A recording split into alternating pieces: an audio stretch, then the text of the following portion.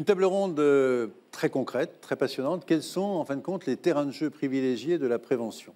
Dans les 10 ans à venir, quels sont les endroits où la prévention pourrait, en fait, être transmise, pourrait être donnée aux participants, pourrait informer, en quelque sorte, le maximum de gens? Et on a 4 intervenants, vous allez voir, qui sont très différents, et c'est tout l'objet de cette table ronde. On a le plaisir d'accueillir Delphine Mallet. Vous êtes directrice santé et autonomie à la Poste. Le docteur Alexandre Maisonneuve, vous êtes directeur médical innovation santé à AXA France. Bonjour. Le docteur Jean-Michel Delisle, vous êtes président de la Fédération Addiction et président également de l'ISPED. Alors là, je prends mon souffle. Institut de santé publique, d'épidémiologie et de développement, tout cela à Bordeaux.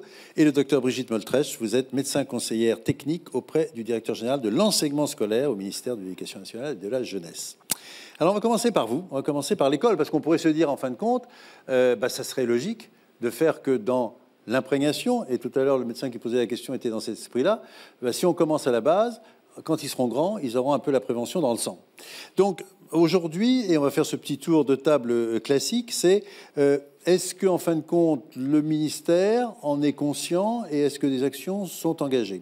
En 2 minutes, parce qu'on va revenir dans le détail, mais est-ce qu'aujourd'hui, ça fait partie des choses? Là, on a vu que la santé était mobilisée. Est-ce que le ministère de l'Éducation nationale et de la jeunesse est mobilisé aussi? Absolument. Vous le savez, ça a été dit déjà un petit peu, l'enfant, l'adolescent est un être en construction, en développement. Et il paraît un peu aberrant de lui asséner la quantité de maladies ou de problèmes qui pourraient lui arriver et qu'il devrait éviter. Donc on essaye à l'Éducation nationale d'avoir une approche plutôt positive de la santé. On appelle ça l'école promotrice de santé. On a des professionnels de santé qui sont impliqués dans cette démarche, mais aussi les enseignants. C'est vraiment l'ensemble de ces personnes qui se mobilisent pour apporter du bien-être, de la santé par l'approche positive. Donc on va revoir tout ça dans le détail tout à l'heure, parce que qu'est-ce qu'on fait de façon concrète et est-ce qu'on a déjà même d'éventuelles évaluations? On change complètement de domaine, on va aller vers la Poste. Delphine Mallet, on se dit, mais qu'est-ce qu'ils viennent faire avec la Poste ici? En quoi, en fin de compte, la Poste aurait une légitimité pour être acteur de prévention? Nous, on a commencé à s'intéresser il y a 6-7 ans à la question du vieillissement démographique et de ses implications dans nos territoires et des services qui seraient nécessaires dans cette population plus âgée demain, après-demain.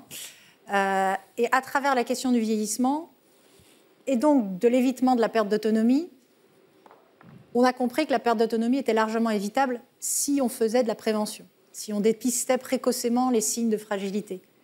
Et les facteurs ont commencé à être mobilisés par différents types d'intervenants de l'action sociale ou du monde du soin pour aller vers certains publics et détecter, remonter de l'information utilisée ensuite par les experts. C'est comme ça qu'on est arrivé sur cette question de la prévention. On va voir en effet comment vous avez transformé le métier de facteur en acteur de prévention. Ça va être tout à fait passionnant. Alexandre Maisonneuve, vous êtes plutôt dans le domaine de l'entreprise. Est-ce que l'entreprise doit se mêler de la prévention? C'est légitime que l'entreprise aille se mêler de la prévention d'une personne, d'un salarié donné? Ça me paraît tout à fait légitime, effectivement. Merci pour l'invitation, d'ailleurs. Un petit rappel historique pour commencer. Je pense que l'entreprise, ça fait longtemps qu'elle a investi le champ de la santé, le champ de la prévention, avant même la création de la sécurité sociale. Les premières mesures concernant la santé des collaborateurs se sont faites dans le cadre des entreprises. Donc ça, c'est un premier élément.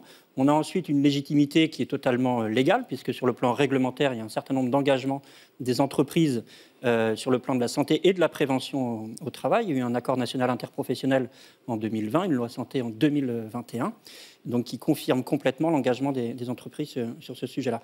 On a ensuite des actions de santé, des actions de prévention qui sont développées au quotidien dans toutes les entreprises, donc des relais d'action générale et aussi des actions qui sont parfois très locales et des actions spécifiques sur les risques psychosociaux, sur les TMS. Donc ça, c'est quand même le quotidien de toutes les entreprises. Donc on voit un engagement assez fort sur ces sujets-là.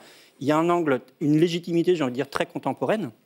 On a vu avec le Covid, finalement, comme le sujet de la santé s'est invité dans les entreprises, avec le développement de campagnes de vaccination, la mise en place de mesures barrières, le gel hydroalcoolique dans les entreprises, qui l'eût cru il y a 2 ans, finalement. Donc on voit bien que tout cet environnement santé et prévention, il s'est vraiment invité dans les entreprises. Et un dernier acte, je pense qu'il y a une légitimité supplémentaire sur finalement la capacité à se projeter et à accompagner les collaborateurs sur leur santé future. Leur faire prendre conscience de leur santé maintenant, c'est aussi les aider à avoir une meilleure santé dans le futur, que ce soit en fin de carrière, on voit l'accent mis sur les plus de 50 ans actuellement, et également à l'âge de la retraite. Jean-Michel Delisle, depuis ce matin, on parle en fait d'aller vers, d'être proche, etc. Donc, vous êtes un exemple de territorialité efficace. Comment les addictions peuvent intervenir dans ce domaine? Parce que ce ne sont quand même pas des gens qui sont en appétence de prévention. Précisément, c'est pour ça qu'il faut aller vers les personnes qui ont ce type de problème. Tout à l'heure, on évoquait avec nos amis pneumologues l'intérêt du repérage précoce des cellules cancéreuses, mais souvent c'est lié au tabac. Et il faut agir également en avant, une prévention un peu en amont, mais avec des personnes qui ne sont pas nécessairement enclines à interrompre leur consommation. Et ce qu'on sait dans le domaine des addictions, c'est qu'il y a un très fort gradient social. C'est-à-dire plus on est dans des milieux défavorisés, plus on est à risque d'abuser de tabac, d'alcool, y compris de cannabis maintenant, et y compris d'avoir des problèmes de comportement alimentaire. Or, précisément, ce sont ces catégories qui sont le moins en appétence par rapport aux messages de prévention, qui sont les moins attentives, qui prennent peut-être moins soin d'elles-mêmes et de leur santé, qui sont souvent très réactives, mais négativement, réactance aux messages officiels, aux messages des ministères, aux messages de la société. Et donc, un moyen peut-être de contourner cet obstacle, c'est celui que nous avons trouvé, en tout cas dans le domaine des addictions, c'est de développer l'aller vers, c'est-à-dire d'aller au-devant d'eux, et avec des rencontres individuelles, sur la base desquelles se crée un lien, une dimension affective qui est évoquée tout à l'heure par le professeur Courbet, qui permet à ce moment-là de glisser des messages qui vont être plus individualisés, plus personnalisés et peut-être plus efficaces pour ces publics-là. Ça, vous allez nous raconter aussi comment on peut faire ces choses-là. Brigitte Moltrecht, on l'a dit, donc, les enfants, c'est la cible initiale, cible positive, bien évidemment. Qu'est-ce que fait aujourd'hui le ministère de l'Éducation et de la Jeunesse de façon concrète sur le terrain par rapport à ces enfants? Quels sont les programmes en cours? Alors, historiquement, vous le savez, il y avait des séances d'éducation à la santé déjà. Mais on s'est rendu compte, et peut-être on peut montrer le schéma. On va vous montrer le schéma. Qu'on essaye d'agir avec beaucoup plus de cohérence. C'est-à-dire, en même temps, on va agir à plusieurs niveaux en même temps pour que, tout au long du parcours éducatif de l'enfant, on puisse lui apporter de la cohérence dans ce qui est dit, la cohérence avec ce que disent ses parents, la cohérence avec les paroles et les actes, parce qu'il ne suffit pas d'apporter des connaissances, on le sait, il faut aussi les mettre en pratique et offrir un moyen d'agir à l'enfant. Tout simplement, hein, quand on dit à l'enfant qu'il faut se laver les dents ou se laver les mains, encore faut-il avoir un endroit pour le faire et une organisation de l'école pour le faire. Donc, vous voyez, on essaye avec cette approche en plusieurs niveaux, sur plusieurs axes. On commence par l'implication des élèves, de leur famille et des personnels de l'éducation nationale. On leur demande leurs attentes. On essaye de réfléchir, de travailler la santé pour l'enfant en coéducation, ensemble, en cohérence. Pour ça, vous avez fait quoi? Vous avez fait des enquêtes, vous avez fait des groupes de travail. Comment est-ce qu'on recueille justement cette identité? Alors, ça se fait dans chaque école ou établissement. Alors, pas encore, c'est pas du tout généralisé encore. Hein. C'est un stade expérimental. C'est un dispositif qui est déployé depuis 2021, qui commence à prendre, puis il faut former les gens, etc. Donc, il y a d'abord l'implication des gens sur le terrain. Parce qu'entre une école et une autre, il peut y avoir un contexte légèrement différent, même si elles semblent se ressembler. Il peut y avoir une histoire de l'établissement qui est différente, des attentes des gens et des élèves qui soient différents. Donc, on essaye de travailler ça d'abord. Quelles sont leurs attentes et le contexte?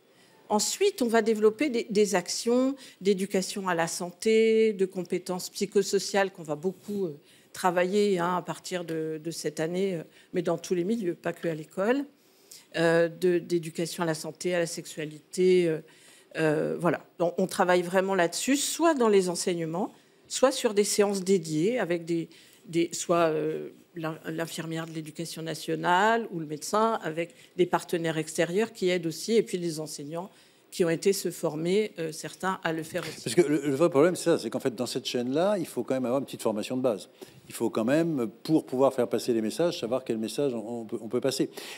J'avais vu qu'un certain nombre d'enfants dans les écoles étaient considérés comme des enfants ambassadeurs. C'est-à-dire que c'est un peu comme l'équivalent des patients experts, et qu'en fait, c'était ces enfants conformés et qui allaient ensuite, avec leurs copains, essayer de faire passer le message. Absolument, vous avez raison, et ça fait partie du dispositif École promotrice de santé.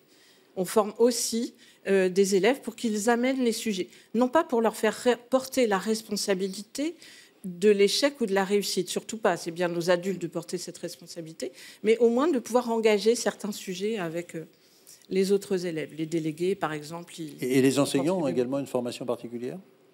On y travaille. Tout ça est au début, j'imagine. Voilà, mais tout à fait, on y travaille. Et ensuite, ça permet de l'inclure à la fois, comme je vous dis, dans les enseignements au quotidien, à l'occasion d'un enseignement sur autre chose, pourquoi pas, et d'avoir des séances dédiées aussi. Donc ça, c'est la partie éducation à la santé, développement des compétences individuelles. Mais on a aussi, et très important, ça a été dit ce matin, le travail sur l'environnement. C'est-à-dire que si l'environnement physique, l'architecture, le niveau sonore, l'air, les locaux, les sanitaires, le confort, la sécurité, si tout cela n'est pas assuré, l'enfant n'est pas bien, il n'est pas en sécurité, il ne pense pas aux apprentissages, il n'est pas disponible, il n'est pas disponible pour sa santé et éventuellement on met sa santé en danger. On a bien vu avec la crise Covid, la qualité de l'air. On a beaucoup développé cette qualité de l'air. On voit bien maintenant, ça a été acquis, cette notion-là, pour beaucoup d'élèves. Et puis l'environnement relationnel. Le bien-être, le climat scolaire, la bienveillance, tout cet environnement des enseignants et des autres adultes de l'école est fondamental pour l'enfant. Parce qu'il a ses référents dans sa famille, mais il passe une grande partie de sa vie à l'école quand même. Et donc, il a des référents aussi dans l'école. Et ce que disent et font les actes posés par ces référents de l'école sont très importants pour lui, que ce soit à l'enfance ou à l'adolescence, malgré ce que parfois on peut dire. Alors justement, j'ai une question, Anne Bernabeu, voilà, c'est mon précis, qui dit qu'en fait, en effet, tout ça c'est bien, mais par exemple pour l'alimentation, les cantines scolaires n'ont pas toujours des menus tout à fait adaptés et pas forcément savoureux, et qu'en fin de compte, l'image n'est pas très bonne. Alors, l'éducation à l'alimentation, d'ailleurs, c'est un gros sujet chez nous et on essaye d'y travailler le plus possible. Il va y avoir aussi un travail sur les cantines scolaires, sur le bâti scolaire, on a déjà réfléchi aussi. Normalement, les cantines doivent suivre les recommandations du PNNS, Plan National Nutrition Santé. Après, la manière de cuisiner, vous le savez, c'est très important. Avec les mêmes ingrédients, on peut faire un plat qui donne envie de manger ou pas. Donc après, c'est Michel Lessard vous dira ça tout à l'heure, sans problème. La même question est posée, parce qu'en fin de compte, il y a beaucoup de questions, vous suscitez beaucoup de questions, sur la sexualité et sur le tabac. Oui. On nous dit aussi que par rapport au tabac, en fin de compte, c'est à ce niveau-là qu'il faudrait jouer. Alors le tabac, attention, parce que comme vous disiez tout à l'heure, le docteur Le Serre, on peut avoir des effets négatifs à certaines interventions. Vous savez, historiquement, pour faire de la prévention sur le cannabis ou le tabac, on montrait les produits aux élèves, puis on leur disait « il ne faut pas faire ça ». Ça avait l'effet exactement inverse à l'adolescence. Ça leur donnait envie de le tester, exactement. Donc, vraiment, il y a des bonnes pratiques, d'autres qui ne le sont pas. C'est vraiment un travail de professionnel. D'ailleurs, on encadre 3/4 des étudiants en service sanitaire en santé qui viennent apprendre comment on doit pratiquer selon les types de publics, selon les contextes, etc. Une dernière petite question, et après on va faire tourner la parole, bien évidemment.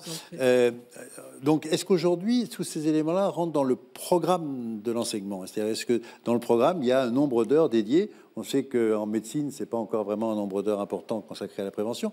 Mais est-ce qu'on peut penser qu'aujourd'hui, dans les enseignements pour les écoles, pour les lycées, pour les collèges, parce qu'on sait que la sexualité avait normalement été mise au programme, mais on sait aussi que les évaluations qui ont été faites ont montré qu'il n'y avait pas souvent ces cours. Tout à fait. Et c'est pour ça que notre ministre a vraiment demandé qu'on rende effectives ces séances d'éducation à la sexualité au sens large, dans toutes ses dimensions sociales, relationnelles. On aborde bien sûr les risques éventuels, mais ce n'est pas centré là-dessus. C'est apprendre à être en bonne relation les uns avec les autres, à respecter l'autre, respecter un consentement, etc. etc. Enfin, c'est très, très large. Et puis, on n'agit pas que sur les aptitudes individuelles. Je leur dis, c'est vraiment sur... aussi, on a de la prévention. On va essayer de prendre les soucis, de repérer les besoins particuliers, de faire des visites de dépistage tôt, plutôt que d'attendre que les situations soient dégradées. Trop souvent, quand on n'a pas les ressources, on a des situations dégradées, ni les ressources internes avec nos personnels, ni les ressources externes pour adresser, par exemple, au CMP. Donc, c'est très important de pouvoir repérer très tôt pour ensuite donner toutes ses chances à l'enfant. Et puis, le dernier axe, si vous permettez, c'est vraiment penser santé à chaque fois qu'on prend une mesure. Par exemple, dans un règlement intérieur d'école, dans un conseil d'école, dans un comité d'éducation à la santé, à la citoyenneté, dans la formation des enseignants, dans la recherche sur la santé de l'enfant à l'école. On va penser santé. C'est vraiment transversal. Très bien. Écoutez, si tout ça se fait, ça sera merveilleux. Mais c'est bien, au moins les mots sont posés. On va continuer un petit peu pour voir les expériences de chacun. Et on va vous demander, Delphine Mallet, un petit peu comment, en effet, vous avez transformé les postiers en acteurs de prévention. Comment vous avez réussi à les former et à les envoyer sur le terrain? Qu'est-ce qu'ils font, en fait? Alors, c'est le début, hein. Soyons non, mais c'est ça qui est intéressant. En fait, on est de plus en plus sollicité par des professionnels du soin comme étant une ressource mobilisable disponible sur le territoire pour augmenter l'échelle de la prévention. C'est ça qui est intéressant, c'est qu'en fait, on est de plus en plus, si ce n'est pas forcément évident pour tout le monde, considéré comme une ressource mobilisable, et heureusement mobilisable en proximité d'un certain nombre de nos concitoyens. Je donne 2-3 exemples pour vous montrer comment on fait.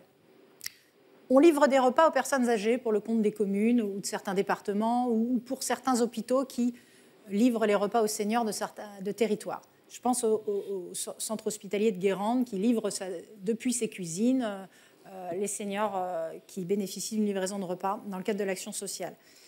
Les diététiciennes du centre hospitalier ont proposé de former les facteurs au dépistage de signes avant-coureurs de dénutrition, parce qu'en fait, il ne suffit pas de livrer les repas, faut-il s'assurer qu'ils soient pris, que la personne globalement aille bien, etc.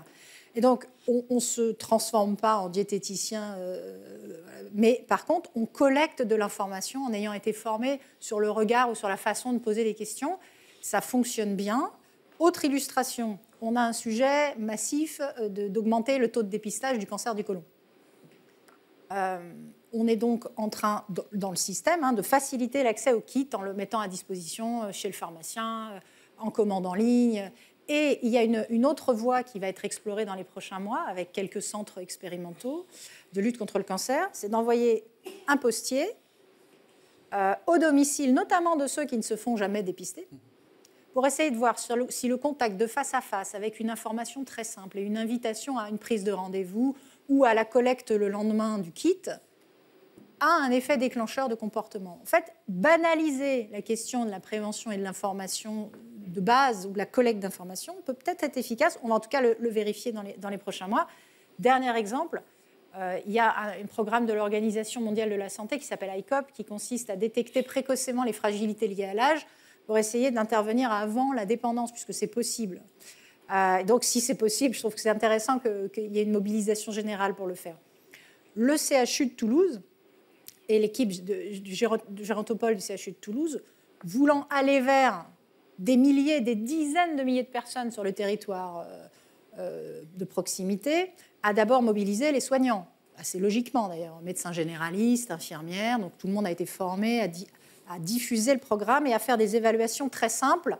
Il y a des évaluations de base en fait, qui permettent de détecter des choses sur la nutrition, le moral, la mobilité, etc. Pour ensuite être pris en charge par les médecins.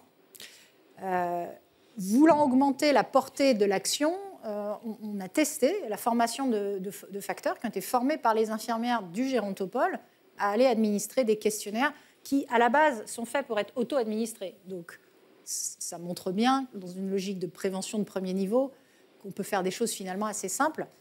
Et on a envoyé des facteurs vers plusieurs centaines de personnes en quelques semaines et on a collecté énormément d'évaluations additionnelles.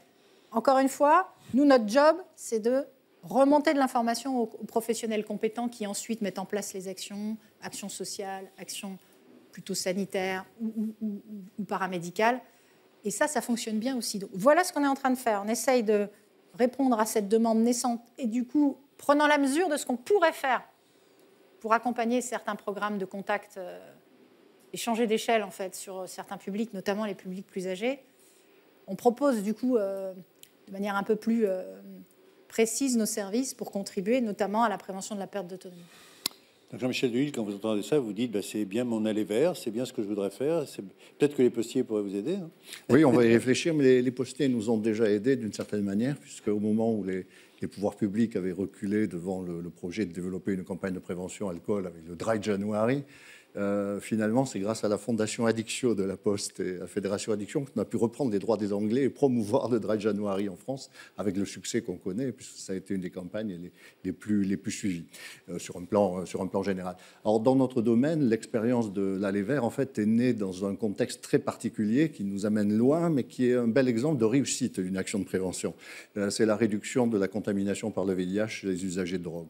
À l'époque, pour prévenir le risque de toxicomanie, on interdisait l'accès aux seringues. Conclusion, les gens partageaient leurs propres seringues, se contaminaient. Et les centres de soins, finalement, avaient comme offre de soins l'abstinence, l'arrêt. Ce qui fait que souvent, les personnes ne venaient pas les voir parce qu'ils ne se sentaient pas prêts à le faire ou ils ne pensaient pas qu'ils allaient y arriver, etc. Et dans ce cadre-là, grâce à Mme Barzac, à l'époque, il y a eu un programme de libéralisation de la vente des seringues qui a permis d'avoir un effet presque immédiat de réduction de la contamination. Mais on se rendait compte que tous les usagers de drogue ne venaient évidemment pas dans nos centres ou dans les pharmacies. Et donc, on a créé des programmes mobiles d'échange de seringues au début des années 90. Et on s'est rendu compte à ce moment-là qu'on découvrait en fait des populations qui étaient encore plus marginales, plus éloignées des dispositifs. Et toute chose égale par ailleurs, on s'est dit si ça a bien fonctionné avec cette population-là, très marginale, très en difficulté sociale, ça serait intéressant sans doute d'imaginer des actions comparables vis-à-vis d'autres populations qui sont un peu éloignées des soins, de la prévention ou rétive, notamment les jeunes. Si bien que les consultations jeunes consommateurs, par exemple, qui travaillent en étroite articulation d'ailleurs avec l'éducation nationale, ont sollicité des moyens qu'on a obtenus pour partie pour avoir des implantations de microstructures, y compris dans les territoires ruraux, de telle façon qu'on soit dans la plus grande proximité possible avec la réalité des jeunes. Parce que si des personnes en difficulté sociale ne vont pas jusqu'à Lille pour un centre d'examen de santé, on imagine bien qu'un lycéen moyennement motivé pour qu'on lui parle de tabac de cannabis ne va pas aller à Bordeaux s'il habite à Langon. Et donc, il y avait toute la difficulté d'imaginer des antennes déterritorialisées et antennes qui pourraient aller, y compris, avec l'accord évidemment de l'Éducation nationale et l'invitation des services de santé scolaire, dans les établissements eux-mêmes à l'occasion. Nous faisons également actuellement des expériences avec des bus mobiles qui vont, pendant les moments de pause, à l'entrée des lycées, où on se rend compte que les jeunes sortent pour fumer et que c'est une occasion vraiment unique pour rencontrer des fumeurs. Donc là, on fait de la prévention ciblée, puisqu'on a déjà affaire à des fumeurs, par définition. Tester leur CO, ça les amuse beaucoup, commencer à discuter du tabac, du cannabis, et là aussi, de manière un peu informelle, avec des intervenants jeunes, en dehors d'un cadre normatif. Ce qui fait que c'est ce type de démarche, je pense, qui peut être tout à fait intéressante pour toucher des populations qui autrement sont éloignées en fait, de nos services, que ce soit pour des raisons sociales, des raisons de génération, de jeunesse ou pour d'autres motifs. Justement, vous parlez d'éducation nationale, c'est facile de travailler, vous avez le même discours, le même il y a un immense programme qui a été évalué, à laquelle Madame faisait référence tout à l'heure, c'est des programmes de développement des compétences psychosociales, avec le programme Unplugged qui avait été essayé initialement à Orléans, en fait, avec la Pléiade, et qui maintenant a fait l'objet d'une duplication sur l'ensemble du territoire national. Et les établissements scolaires, après la pause Covid, évidemment, sont extrêmement volontaires pour développer ce type d'actions de prévention généraliste. Pour les actions dont je parlais à l'instant, des actions où là on va au-devant d'établissements, ça se fait évidemment en étroite articulation avec les responsables d'établissements, la communauté éducative et évidemment les services de santé scolaire. Donc c'est vraiment cette notion d'aller au-devant des gens et en fin de compte que tous les acteurs arrivent à avoir le même chemin, le même discours. On s'en est rendu compte aussi, vous parliez tout à l'heure de la Covid, là c'était un moment particulièrement évident puisque nos centres, eux, sont restés ouverts pour l'essentiel, les CARUD, les lieux justement d'échange de seringues, les lieux où on remettait des traitements de substitution, et on s'est retrouvé confronté à une population vraiment misérable et qui était en totale déshérence puisqu'il n'y avait plus personne dans les rues, donc ils ne pouvaient plus faire la manche. Les services qui distribuaient des produits alimentaires étaient fermés parce que souvent ils sont tenus par des seniors bénévoles, donc ils ne pouvaient plus sortir. Ce qui fait qu'il y avait dans nos centres finalement la nécessité de basculer non seulement vers la délivrance de produits de substitution ou de seringues, mais aussi de produits alimentaires. Mais compte tenu des difficultés de déplacement, on s'est rendu compte que même dans la périphérie des grandes villes, de tous ces campements qui se développaient, avec des gens qui vivaient dans des conditions marginales assez déplorables, avec un gros risque d'overdose quand ils arrivent à trouver des produits de manière instable. Et donc à ce moment-là, on a développé des actions de la même manière, où en camionnette, des centres allaient au-devant de ces personnes. On s'est rendu compte aussi que c'était absolument nécessaire d'aller dans les centres d'hébergement et de réadaptation sociale, qui étaient souvent des centres de desserrement Covid, pour des personnes qui, justement, n'étaient plus à même d'aller dans des centres de soins, des centres de prévention. Et on se rend compte qu'à partir du moment où on leur tend la main, où on les sort un peu de l'isolement, de le sentiment d'être rejeté. Ce faisant, ils deviennent plus sensibles aussi aux éléments d'arguments de promotion de la santé qu'on peut livrer. Autrement, on est inaudible. Et vous arrivez à trouver des bras actifs pour ce faire? Il y a vraiment une ressource humaine qui... Alors, il y a une ressource humaine. Les gens étaient très heureux de s'investir dans ce domaine-là, notamment les éducateurs spécialisés, les travailleurs sociaux. Il y aura une table ronde tout à l'heure, je crois, sur les problèmes financiers. Ce qui nous a un peu heurté, pour être franc, c'est qu'à l'issue du Ségur, du premier Ségur de la santé, les personnels des établissements médico-sociaux comme les nôtres n'avaient pas été intégrés. Ça a fini par être fait par les personnels sanitaires. Ça a été beaucoup plus long pour les personnels sociaux, alors même qu'eux avaient été sur le front non-stop. Et pour la prévention, ce n'est toujours pas le cas. C'est-à-dire des acteurs salariés d'établissements comme les nôtres, mais qui ont des fonctions uniquement de prévention, n'ont pas de reconnaissance salariale, y compris après le Ségur. C'est, entre guillemets, un détail, on pourrait dire. Puis, non, ça l'est pas, parce qu'il y a un vrai problème de reconnaissance et qui peut entraîner des difficultés de recrutement, évidemment. On va revenir bien sûr avec vous, avec chacun d'entre vous, sur l'avenir, comment les choses vont se développer, mais on va parler maintenant des entreprises, car là aussi c'est un maillage absolument colossal. Comment l'entreprise peut intervenir dans la prévention de façon globale, sans franchir les limites interdites de l'individuel? Excellente question. C'est la réponse qui m'intéresse. Qui peut éventuellement être sensible. Et je rebondirai d'ailleurs d'abord sur la notion de maillage. Je pense que la première valeur de l'entreprise, finalement, c'est sa connaissance terrain, c'est sa proximité avec les collaborateurs, donc avec les citoyens, et avec les problématiques qui peuvent être des problématiques également locales. Les problèmes des Hauts-de-France ne sont pas forcément les problèmes de l'Ouest, etc. Donc on a quand même cette expertise, finalement, de terrain qui permet d'avoir un discours adapté à la population concernés. Ça a été évoqué tout à l'heure ici même par Didier Courbet. Je pense que la capacité à parler avec les personnes concernées, à parler prévention, c'est important. Donc on illustre là un sujet qui a été évoqué plusieurs fois, le aller vers, qui a été évoqué par François Braun en introduction, et qui a été évoqué également par Jean-Michel Le Cerf sur la question de l'Institut Pasteur, de aller vers les populations locales pour les bilans. Donc on est vraiment dans cette logique-là. Ça c'est le premier axe. Le deuxième axe que je vois, c'est une notion de complémentarité. On a trop souvent tendance en France à opposer un peu quand même public, privé, notamment sur les sujets santé, etc. De même que la Poste, finalement, peut engager ses postiers à discuter de prévention avec les citoyens. L'entreprise a forcément son rôle sur le sujet santé, n'a pas tous les rôles, mais a forcément son rôle, et je l'avais introduit tout à l'heure sur le rôle historique. Ce rôle, il va même probablement rapidement évoluer. On a vu l'accord national interprofessionnel récemment, la loi santé, ça c'est vraiment dans l'environnement médecine du travail, mais je voudrais sortir de l'environnement médecine du travail et aller sur la santé globale d'une manière générale. Je travaille chez AXA, je vais me permettre de citer mon PDG qui a dit il n'y a pas longtemps, la santé des collaborateurs, ce n'est pas ou plus un sujet RH. C'est un sujet de direction générale. Donc on voit bien finalement cette prise de conscience dans les sociétés de l'importance du sujet santé. Troisième axe, il y a une notion de pragmatisme. Les entreprises sont habituées à être pragmatiques, à être agiles au jour le jour et à être le plus efficace possible. Il y a un certain nombre de solutions qui existent déjà et je voudrais l'illustrer par les bilans de prévention en entreprise. Au-delà du aller vers, c'est, je pense, de mon point de vue, un moyen de aller plus loin ou aller plus fort, ou les deux même d'ailleurs.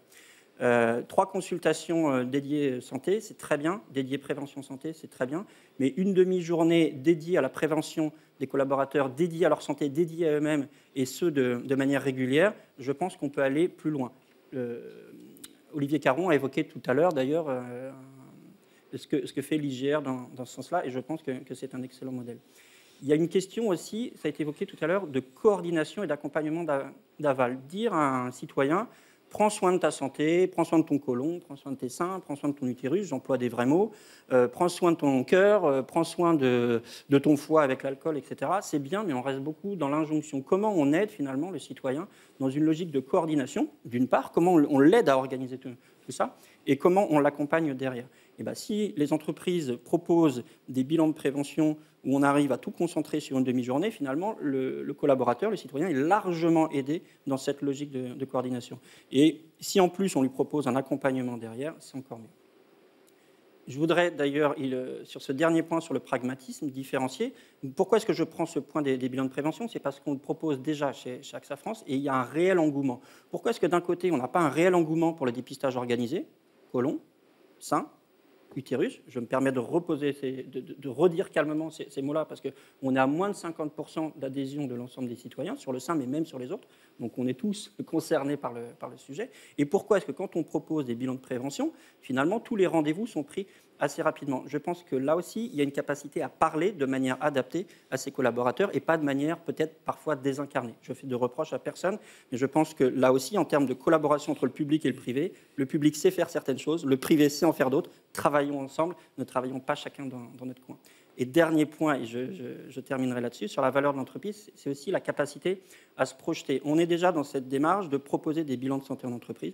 On a envie d'aller plus loin, parce que ça a été évoqué tout à l'heure. Finalement, proposer la même chose à tout le monde tout le temps, ça n'a pas de sens. Il vaut mieux personnaliser les choses. Donc, comment est-ce qu'on peut personnaliser au mieux ces bilans? Comment on peut donner accès aux collaborateurs à des bilans personnalisés? Et probablement que pour les plus jeunes, ça peut passer par des solutions plus légères, parce qu'ils sont moins concernés par un certain nombre de sujets. Alors, je vais rebondir, parce que tout ce que vous dites là, c'est séduisant. On se dit, bah oui, il a une place légitime. Alors, je vais être un petit peu provocant, mais c'est vrai que l'entreprise, on la taxe quand même souvent de mettre une pression importante sur les collaborateurs, de faire des mails la nuit, de faire des mails n'importe quand. Est-ce que cette notion de préservation de la santé mentale dans l'entreprise n'est pas une des priorités? Une des priorités en un seul mot ou une des priorités. Mais c'est clairement une priorité, et ça va à l'encontre effectivement de cette image qui peut être parfois une image pressive, etc., où là, pour le coup, on va être sur l'angle bien-être, et une fois de plus, c'est une condition sine qua non. On va allonger l'âge de la retraite. En tout cas, je ne suis pas devin, mais ça semble bien parti pour. Il y a un accent particulier qui est mis sur l'emploi des seniors actuellement. Comment est-ce qu'on accompagne finalement cette population pour lui permettre d'associer au mieux vie pro et vie perso dans l'intérêt de tout le monde? L'intérêt de tout le monde, ce n'est pas d'avoir des seniors au travail pour qu'ils soient absents, c'est pour qu'ils soient présents, évidemment, dans une logique d'entreprise. Est-ce que, en fin de compte, au niveau de l'entreprise, on a aujourd'hui les moyens de faire tout ce que vous dites? En d'autres termes, est-ce que les RH ou la direction générale a capacité, j'allais dire, de mettre de l'argent, et soyons clairs là-dedans? Et deuxième élément important, la médecine du travail en France est quand même relativement en désertitude, parce qu'il y a plus grand monde qui se fasse de la médecine du travail, et les potentialités de la médecine du travail restent très limitées. Comment vous voyez cette articulation? Alors, la médecine du travail, effectivement, il y a des sujets, mais finalement, les sujets de la médecine du travail sont les sujets de la médecine globalement en France. Quand on parle d'effectifs, etc., je pense que ça revient un petit peu à la même chose. L'intérêt, c'est probablement... l'intérêt, pardonnez-moi l'expression, mais c'est une spécialité qui a été concernée avant les autres. Donc, finalement, il y a un certain nombre de décisions qui ont été prises, finalement, avant d'autres spécialités. Donc, j'ai moins d'inquiétude sur la médecine du travail actuellement et sur ses capacités d'évolution. Je voudrais aussi sortir quand même le sujet santé globale des collaborateurs du point de vue de l'entreprise.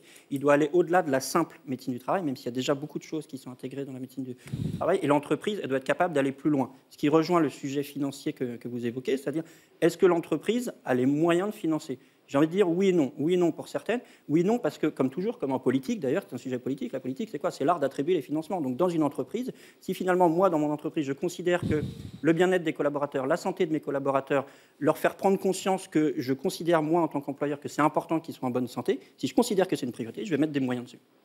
Jean-Michel Lecerf.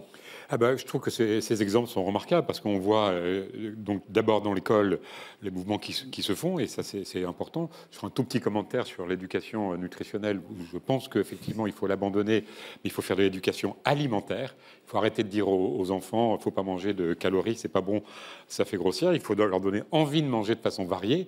Pour ça, c'est l'éducation alimentaire. Petit commentaire sur les écoles, c'est que la cantine scolaire est beaucoup critiquée, mais pour beaucoup d'enfants aujourd'hui, c'est le seul repas satisfaisant, il faut le dire. Il y a des études qui le montrent clairement.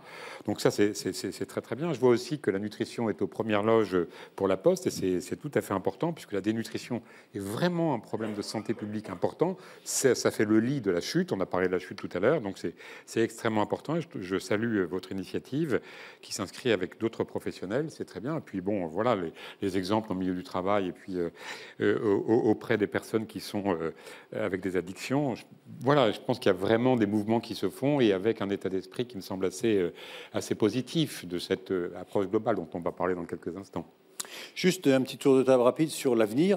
Au niveau de l'éducation nationale, donc tous ces programmes se mettent en place ou sont déjà mis en place, ont déjà bénéficié d'évaluation. Combien d'écoles sont concernées, combien de lycées? En gros, une petite image, une petite photo de là où vous en êtes et là où vous voulez aller.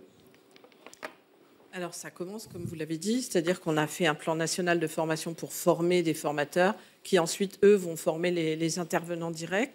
Donc on a expérimenté, bien sûr, je peux vous donner un exemple. À Toulouse, quartier Borde Rouge, le médecin de l'éducation nationale, parce qu'ils sont formés pour ça à l'école des hautes études de santé publique depuis 10-15 ans déjà, les médecins scolaires. Donc la médecin a impulsé avec la directrice d'école un vrai projet de promotion de la santé tel que je vous l'ai décrit, à partir d'un diagnostic local. Il y avait beaucoup de crises, de problèmes de santé mentale, un peu de violence, du harcèlement, etc. Ils ont travaillé en partenariat avec le périscolaire, donc la mairie, avec le CMPP, avec l'IREPS, qui est l'Institut régional d'éducation et de promotion de la santé. Suite à leur diagnostic, ils ont fait des actions qui répondaient aux besoins. Avant ce projet, la médecin était sollicitée 2 ou 3 fois par semaine sur ce secteur, pour des élèves, pour des cas. 2 ans après la mise en place du projet, elle n'était plus sollicitée que 3 fois par an pour des consultations individuelles. C'est une forme d'évaluation, en effet. Voilà. Ouais. C'est juste un signe, mais c'est pour vous dire que quand on travaille vraiment cette cohérence sur le fond et qu'on répond aux attentes des gens. Moi, dans ma carrière, j'ai jamais rencontré de parents qui ne souhaitaient pas la bonne santé ou la réussite scolaire de leur enfant. C'est rassurant. Bah oui.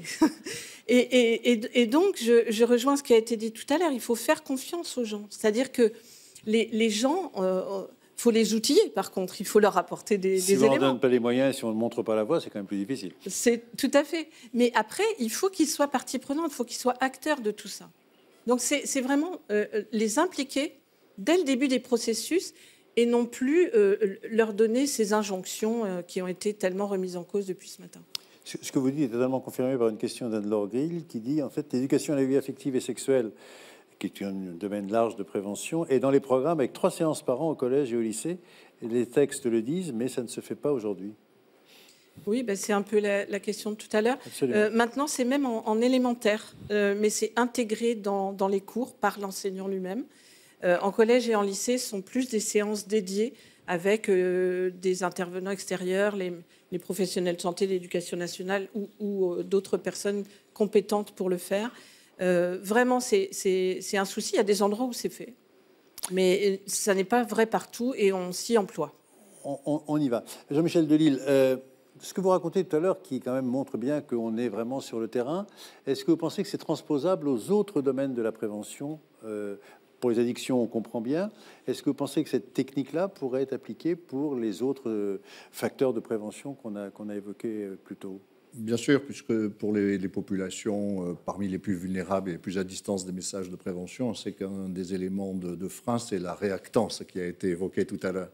Et souvent, les gens sont ambivalents parce qu'ils imaginent qu'à long terme, ça serait peut-être bien de manger des légumes, des fruits, etc., de renoncer au tabac et à l'alcool. Mais à court terme, pour eux, c'est un plaisir, c'est une gratification, c'est ce qui les aide à tenir dans une existence souvent difficile. Ce qui fait qu'ils sont ambivalents, ils sont partagés. Et si on se contente de leur dire « il faudrait faire ça parce que c'est important pour vous », évidemment, ça ne marchera pas. D'autant plus que plus on est dans des situations de vulnérabilité, plus vraisemblablement on a eu aussi des trajectoires personnelles un peu difficiles, traumatiques, ça a été dit tout à l'heure. Ce qui fait que souvent on est dominé par l'impulsivité, en fait, le désir immédiat, le besoin de renforcement immédiat. Donc tout ce qui peut être construction d'un lien individualisé, adapté à l'attente des personnes, permettra de contourner cet obstacle-là, parce qu'il ne s'agira plus d'un message normatif sociétal d'une société par laquelle souvent ces personnes se sentent plus ou moins rejetées, souvent parce qu'ils ont eu des trajectoires effectivement compliquées, mais un message qui va leur être donné par quelqu'un qui leur a tendu la main, qui était à leur côté, etc. Donc globalement, l'autre élément, c'est que je pense vraiment que la santé doit infiltrer toutes les politiques publiques, non seulement nationales, mais aussi territoriales. C'est un des enjeux là. Mais à tel point que certaines actions indirectes, et ça on le sait, comme un chez soi d'abord, c'est-à-dire proposer un logement sans condition à des jeunes de la rue, ou tapage, proposer un emploi rétribué en liquide à la journée, sans préalable, sans préformation, on se rend compte qu'à partir du moment où on a des programmes comme ça qui correspondent aux attentes de ces personnes, leur attente, ce n'est pas leur santé dans 30 ans, c'est avoir un toit, c'est avoir de la nourriture, c'est avoir quelques ressources. Comme par enchantement, sur cette base-là, on crée un lien social, un lien relationnel qui fait que les intervenants vont pouvoir à ce moment-là, de manière crédible, apporter des messages de prévention. Et peut-être que ces personnes reprendront suffisamment confiance en elles-mêmes, en termes d'empowerment, et non pas de sujet ou d'objet, plutôt d'injonction, pour arriver à s'intéresser peut-être à leur avenir, à leur devenir, et d'autres à être sensibles à des messages de promotion de la santé. Delphine Mallet, vous allez continuer? Oui, on aimerait continuer. On est face à une tension sur la ressource d'expertise en santé et en soins. On voit d'ailleurs les professions de santé se répartir un peu un certain nombre de tâches pour finalement faire face à l'augmentation de la population française, à l'augmentation du vieillissement de la population française, des maladies chroniques, et se répartir les tâches. La question que j'ai envie de poser, c'est si on a des vraies ambitions, en plus de soigner les gens, de faire de la prévention en masse, ou de manière en même temps individualisée, est-il raisonnable de ne pas mobiliser une force de contact de proximité que sont les facteurs? La France a la chance d'avoir des facteurs, contrairement à d'autres pays dans le monde, qui savent faire autre chose que de la lettre et du colis. C'est un service qu'on peut mettre à disposition. D'autant plus qu'il y a de moins en moins de lettres et de colis. Par ailleurs, il y a plus de colis, mais il y a moins de lettres, c'est sûr. Et donc, c'est vraiment ça le sujet. Je pense qu'on est capable de faire des choses. Je sens aussi qu'il y a des résistances naturelles à l'idée que des non-professionnels de santé puissent intervenir sur ces champs, alors que c'est aussi une affaire de comportement individuel, c'est aussi une affaire finalement de banalisation de gestes de la vie courante, et qu'on serait capable de ramener de l'information qualifiée pour tous les professionnels de santé. Donc j'espère qu'on va continuer.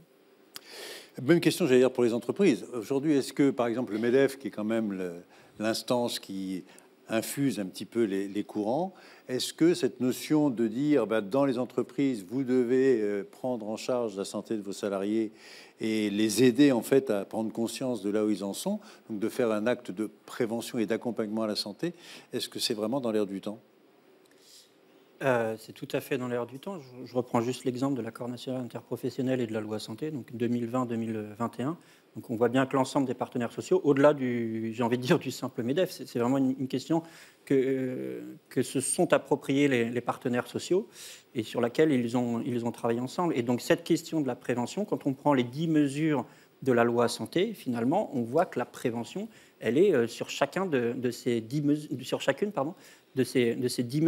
Et on peut la décliner ensuite en prévention primaire, en prévention secondaire ou en prévention tertiaire. Et finalement, si on se projette un petit peu, en tant qu'employeur, en tant qu'entreprise, si je peux me dire, je peux agir efficacement sur la prévention primaire, c'est-à-dire voir diminuer la consommation de tabac, on va revenir sur des fondamentaux, voir diminuer la consommation d'alcool, diminuer la sédentarité et augmenter l'activité physique de mes collaborateurs, mais je pense que tous les employeurs sont OK pour dire, moi je signe demain, parce que finalement, derrière, c'est aussi des gens qui sont plus motivés et plus efficaces au travail. Sur l'aspect prévention secondaire, être capable de promettre finalement à mes collaborateurs que je vais les aider à dépister leurs facteurs de risque et leurs maladies de manière précoce avec des bilans de prévention, je pense que c'est, au-delà de la rémunération, de la qualité de vie au travail, c'est aussi un élément fort dans leur bien-être au travail.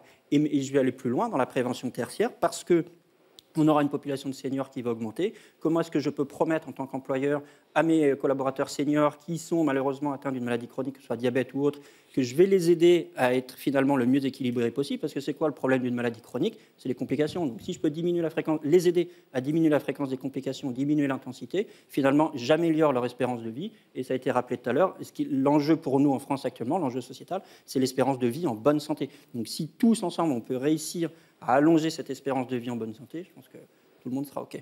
Voilà, on va libérer Brigitte Moltresch parce que vous avez des impératifs au ministère. Et merci en tous les cas de nous avoir accompagnés. Jean-Michel Lecerf va nous faire un petit commentaire sur cet avenir en attendant que vous proposiez les questions dans la salle. J'ai aussi des questions ici. Jean-Michel Lecerf, un petit mot. Ouais, je crois que ce qui a été dit, c'est très, très important et tout le monde y gagne. Il faut qu'on ait un discours de prévention positive qui soit vraiment le leitmotiv et puis faire confiance aux gens. Je pense que c'est ça qui est important parce que dans la motivation à faire les choses, je pense que là, le fait de faire confiance, le fait d'avoir un regard positif, c'est ce que je dirais dans quelques instants encore, le fait de tendre la main. Je vous interromps juste parce que, en fin de compte, pour nos amis qui dirigent un petit peu tout ça, les politiques, les technocrates, etc., est-ce que vous pensez qu'on peut évaluer la confiance que l'on laisse aux autres? Parce que c'est ça qui leur pose problème. Évaluer la confiance. Eh oui, à partir de quand cette confiance va être vraiment en retour? En fin de compte, est-ce que... Parce que là, vous dites, voilà, il y a tant de personnes qui arrêtent de fumer, c'est facile. Mais comment est-ce que vous pouvez évaluer dans la population le fait que cette confiance que vous leur faites va passer? Ah, je crois que c'est difficile à évaluer, hein. C'est quelque chose qui... Mais c'est bien ça qui, par rapport aux technocrates, pose problème. Oui, bien sûr, bien sûr. Ah, il faut qu'on progresse là-dessus aussi. Voilà, il faut peut-être leur expliquer aussi. Est-ce qu'il y a une question dans la salle? Je ne vois pas bien les choses, mais s'il y a des questions... Il y a une dame à gauche. Voilà, on va vous donner un micro. Et gentillesse de vous nommer, et on vous écoute bien volontiers. Oui, Anita Bento, il n'y a pas de mot en français, information scientist. Bon. Moi, ce qui me tourmente, disons, c'est la contradiction dans laquelle on vit. C'est-à-dire que nos sociétés, les industriels, le marketing, la publicité, nous poussent à des modes de vie nocifs. Et d'un autre côté, il faudrait vivre sainement, contrairement à ce qu'on nous pousse à faire. Alors, d'une part, comment les enfants, dans cette contradiction, peuvent s'épanouir? Et on sait très bien comment arriver à être centenaire et plus à travers ces 4 ethnies dans le monde qui ont des centenaires et plus, qui n'ont pas de maladie cardiaque, qui n'ont pas de maladie. Donc on sait ce qu'il faut faire. Et la société nous pousse à faire le contraire. Alors comment il faut faire? Moi, cette contradiction, est-ce qu'on peut la résoudre? Écoutez, d'un coup de baguette magique, puisqu'on est dans les baguettes magiques. Non, mais on comprend bien évidemment, parce qu'en effet, ces zones bleues sont assez interpellantes. Mais c'est vrai, quand on voit les études qui ont été faites dans ces régions-là, il y a quand même un critère majeur, c'est qu'en fait, ils ne bougent pas de chez eux et ils mangent toujours la même chose. Donc il y a quand même un élément qui est un petit peu aussi antinomique avec la vie aujourd'hui et la mondialisation. Je laisse peut-être Jean-Michel Lecerf répondre à cette dualité. Oui, non, mais c'est vrai, mais tout le monde n'est pas sensible de la même façon. On peut se poser des questions quand même. Tout le monde reçoit ce flot d'informations, enfin de publicité, etc. Et puis il y a quand même des enfants, des adultes qui restent quand même indemnes de toutes ces influences. La dimension éducative, la dimension éducation familiale, la dimension comment dire, respect de valeurs importantes, c'est quelque chose qu'on peut communiquer aussi.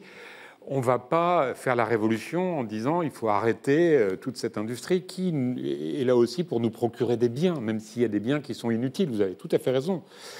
Alors, dans ce sens-là, peut-être qu'on soit aussi moins dans cette société de consommation, qui est quand même une injonction à consommer et consommer des choses inutiles, c'est vrai. Donc, je crois que la part éducative, familiale notamment, mais aussi scolaire, est importante. Il ne faut pas baisser les bras, c'est vrai, sinon on met des bombes partout. Puis on Jean-Michel Delisle, non mais c'est pour ça qu'on est ici, c'est parce qu'on y croit. Voilà. Oui, je crois que nous sommes dans une société ouverte, donc c'est assez naturel qu'il y ait des contradictions, même si parfois elles peuvent être choquantes. On voit bien toute la promotion des objets de consommation, mais tout particulièrement des objets d'addiction. Et actuellement, en plein mondial, évidemment, on voit cette force publicitaire autour des paris sportifs, dont on sait qu'ils se développent de façon massive, notamment auprès des jeunes issus de populations plus vulnérables les uns que les autres. Et à défaut de pouvoir résoudre cette contradiction, au moins il serait préférable de mieux réguler, voire d'annuler la publicité, c'est-à-dire la propagande qui est faite explicitement pour ces produits-là. Est-ce qu'il y a encore une question dans la salle? Autrement, je vais demander le petit tour de table habituel. Bon, on aura personne en moins, mais pour... Non, allez, on fait notre petit tour. Oui, il y a une question, voilà, alors, la petite dernière. Et courte, s'il vous plaît, Oui, merci beaucoup. Merci. J'ai été animateur pendant 10 ans d'ateliers de prévention et d'éducation à la santé en entreprise. Donc je voulais dire au docteur Maisonneuve qu'il y a des budgets à la formation pour les entreprises et que dans le domaine de l'éducation à la santé, ces budgets sont beaucoup moins utilisés que la formation sur l'informatique, la comptabilité ou autre. Pourquoi ? Alors, il est pris à partie pour l'ensemble de la population. Je n'aurai malheureusement pas la réponse à votre question, mais c'est effectivement un des axes, c'est que toutes les actions, un certain nombre des actions en faveur de la santé peuvent faire l'objet d'un financement via les budgets de formation. Oui, je confirme. Allez, petit tour de table pour ma baguette magique préférée, c'est-à-dire quelles mesures immédiates vous pourriez faire prendre pour progresser la prévention dans le pays. Jean-Michel Delisle. Promouvoir des impératifs de santé dans toutes les politiques publiques. C'est ce qui a été évoqué tout à l'heure et ne pas limiter ce territoire à la seule santé.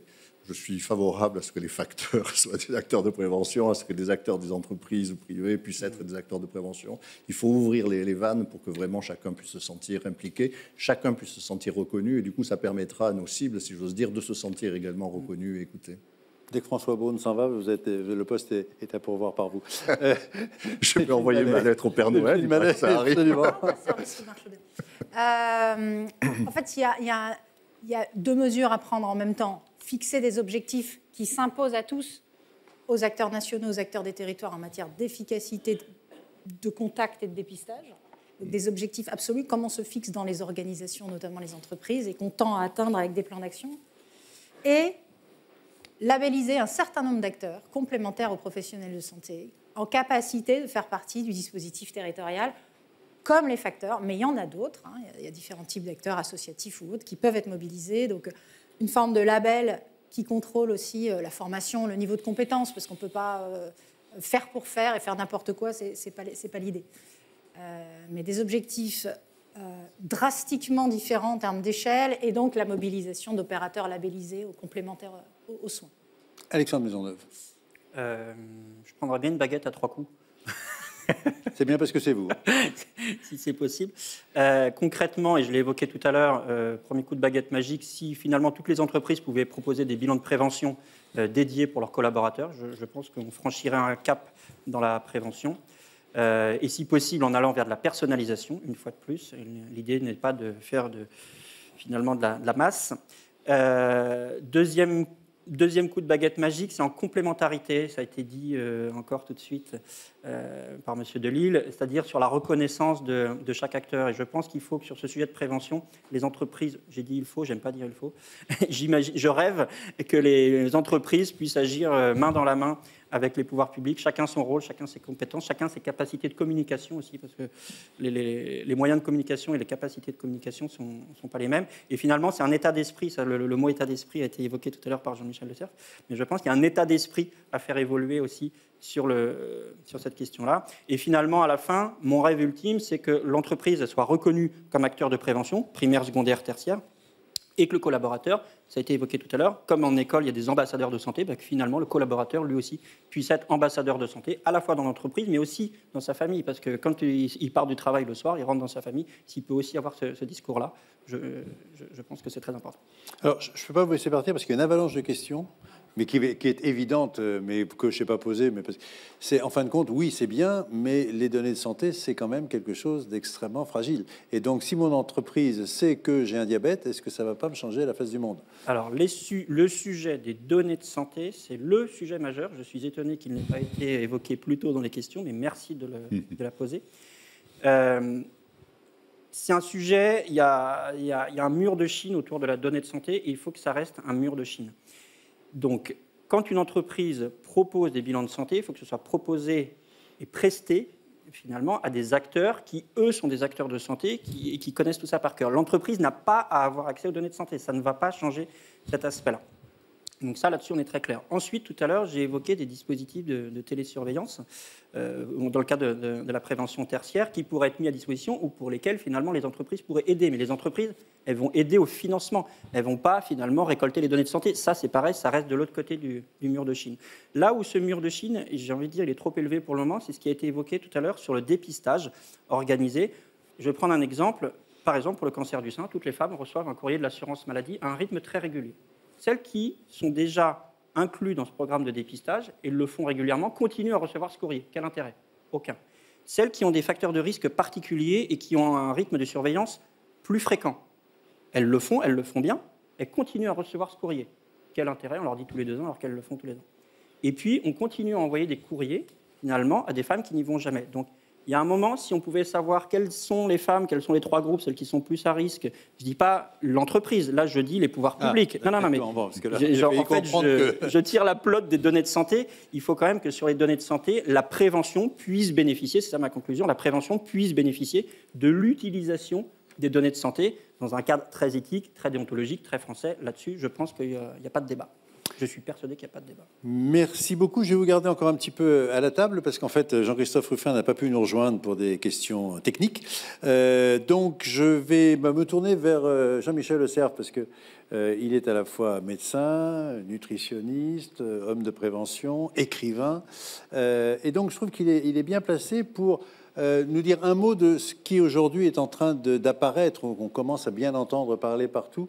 Alors bien sûr, il y a cette médecine globale, la médecine intégrative, la médecine holistique, tout ça, ça veut dire à peu près la même chose. Donc quelque chose qui fait que, eh bien, dans la santé, on devrait, je dis bien, et en particulier les acteurs de santé, prendre la globalité de la personne pour être le plus efficace possible. Quelques réflexions sur cela, Jean-Michel. Oui, merci Alain de me donner la parole une fois de plus pour prendre un petit peu de hauteur sur cette approche globale de la personne. C'est le mot personne qui m'intéresse dans cette affaire. Approche globale, tout le monde en parle. Aujourd'hui, c'est très important. Approche holistique. Il faut inventer des nouveaux mots pour des choses anciennes. Donc, on dira holistique. C'est vrai qu'on a tendance un peu à fragmenter les individus et on oublie que le corps et la tête sont liés et qu'il faut vraiment envisager la globalité. Même le corps, on le voyait tout à l'heure, même si c'était tout à fait intéressant d'en parler, mais l'utérus, le sein, etc., la prostate. Il faut peut-être aussi qu'on essaye de voir les personnes d'un seul coup, et c'est la mission du médecin. Et le médecin n'a pas toujours le temps, et on aimerait bien avoir des médecins généralistes et des médecins internistes qui s'intéressent à la globalité de la personne. Au-delà de ça, ce que j'ai envie de dire peut-être, c'est que si on veut avoir une dimension humaniste à la prévention, parce que ça me semble essentiel, d'abord l'écoute des gens. C'est très important parce que les gens ont les solutions pour leurs problèmes, ou en tout cas, ils ont envie d'avoir les solutions. Et puis, qu'est-ce que tu es capable de faire aujourd'hui? Pas demain, mais aujourd'hui, maintenant, tout de suite. C'est une approche simple, pas à pas, mais l'écoute de la personne. Ensuite, le respect de la personne. Je pense que ça, c'est une valeur qui est très, très importante. C'est-à-dire qu'on va s'intéresser aux gens, pas uniquement parce qu'on va faire des économies, parce qu'il y a une dimension utilitariste. Il faut qu'on ne soit pas trop dans la technicité. Il faut qu'on soit dans le respect de la personne, qu'on s'intéresse à la personne telle qu'elle est. Tu es important. Tu es précieux à mes yeux. Tu es utile. Mais pas dans le sens utilitariste, utile pour la société, utile pour ceux qui sont autour de toi. Je pense que, je voyais ma brave mère qui a 92 ans, qui me disait, mais pourquoi je suis encore en vie, j'ai 92 ans? Mais je disais à un moment, c'est parce que tu es utile. Ah bon, je suis utile, eh bien je vais encore vivre. Et donc, cette dimension-là me semble essentielle. Peut-être aussi, pourquoi il y a des gens qui n'ont pas envie de rentrer dans la prévention? Parce que, pourquoi vivre? À quoi ça sert de vivre? À quoi ça sert de vivre en bonne santé si je ne sais pas à quoi ça sert de vivre? Le sens de la vie, le pourquoi de la vie, le but de la vie. Si les gens ont un sens et un but à leur vie, ils ont envie de vivre. Et puis ils ont envie de vivre en bonne santé. Mais quand il n'y a pas ça qui est présent, pourquoi vivre? Et peut-être qu'on soit attentif à avoir une prudence dans notre discours sur c'est important d'être en bonne santé, tout le monde doit être en bonne santé. L'injonction à la bonne santé peut parfois être un peu stérilisante, c'est-à-dire que finalement, il n'y a pas de place pour la mauvaise santé. Et je me mets aussi à la place des gens qui ne sont pas en bonne santé. Il faut qu'on soit très attentif à ce que cette injonction à la bonne santé ne soit pas une espèce d'obligation sociale, économique, qui peut être très lourde à porter pour les gens, et peut-être aussi lourde à porter pour les gens qui ne sont pas en bonne santé, parce que les malades ont le droit de vivre aussi, et de vivre en mauvaise santé, malheureusement. Alors il faut qu'ils les améliorent. Donc ça, c'est des réflexions que je me fais. Finalement, si les gens se sentent aimés, ils ont envie de vivre. Et de ce point de vue-là, je remettrais aussi peut-être au cœur de notre préoccupation la dimension de l'isolement, de la solitude, la dimension du soutien familial. Et beaucoup de problèmes de prévention ne se font pas parce que les gens sont seuls, parce qu'ils se demandent pourquoi vivre, qu'est-ce qui me motive. Et ce qui nous motive, c'est toujours les autres. Parce que si on était tout seul sur une île déserte, on arrêterait de vivre assez vite. Et peut-être aussi, ça me conduit à penser qu'on a peut-être un peu négligé dans notre discours depuis ce matin la santé mentale, qui est un point très très important. Aujourd'hui, beaucoup de gens sont en situation de dépression, beaucoup de gens sont en situation de détresse psychologique, soit parce qu'ils sont seuls, soit parce qu'ils sont pauvres, soit pour d'autres raisons encore. Et ça me semble important de prendre aussi cette dimension-là des choses. Enfin, pour terminer, je pense que un élément positif dans la prévention, c'est la dimension collective, même si elle est individuelle, la notion de solidarité, la notion de responsabilité collective. Mais il ne faut pas qu'on fasse peser aux gens toujours un poids inouï sur leurs épaules. La responsabilité collective, je pense à cette notion de bien commun. Voilà, bien commun, partagé, qui est une belle notion qu'il faut essayer de mettre en avant. Et puis, responsabilité collective, je pense à un domaine aussi qui n'a pas été évoqué ce matin, c'est la prévention routière, par exemple, qui est un élément très, très important et qui repose aussi sur une responsabilité collective. C'est-à-dire que si je roule correctement, je vais aussi être, si je me conduis bien en route, je vais être aussi responsable de la santé d'autrui. Donc il y a la dimension « je suis responsable de ma santé », mais je suis aussi responsable de la santé d'autrui. Ça aussi, c'est des valeurs qui sont intéressantes à promouvoir. Voilà quelques petites réflexions que je me fais pour qu'on prenne un petit peu de hauteur par rapport à ces sujets. Merci Jean-Michel pour cette petite respiration, ça fait du bien. Dernière table ronde, passionnante là aussi, puisqu'en fait, on a un certain nombre d'éléments, et on les a vus ce matin, mais pourquoi ça ne va pas plus vite? Et on a résumé ça en disant, pourquoi ça bloque? Eh bien, dans quelques instants.